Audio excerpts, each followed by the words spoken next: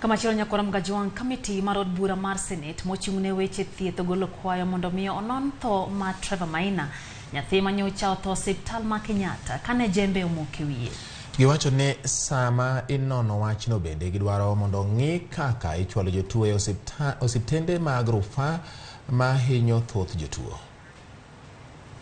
Tiko makubwa kuona mtoto mdogo kama Master Travis kwa miaka 2 amekaa na masaa 20 na jembe na fork jembe kwenye kichwa bila kuweza, na naweza kufikiria mzazi wake, mamake ama wazazi wake walikuwa na uchungu gani kuona mtoto kuwa hawakuweza kumsaidia wao wenyewe.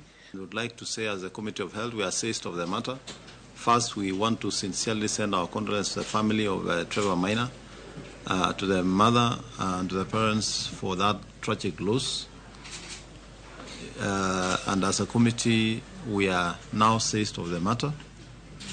We are taking steps as a Committee for Health to investigate the matter thoroughly. And the issue of negligence or the issue of access to healthcare, with or without money, is a matter that this committee is determined to be able to follow up with the hospitals and send a very strong warning to the hospitals to be able to make sure that at least people are accorded with health services, whether or not they have resources or not.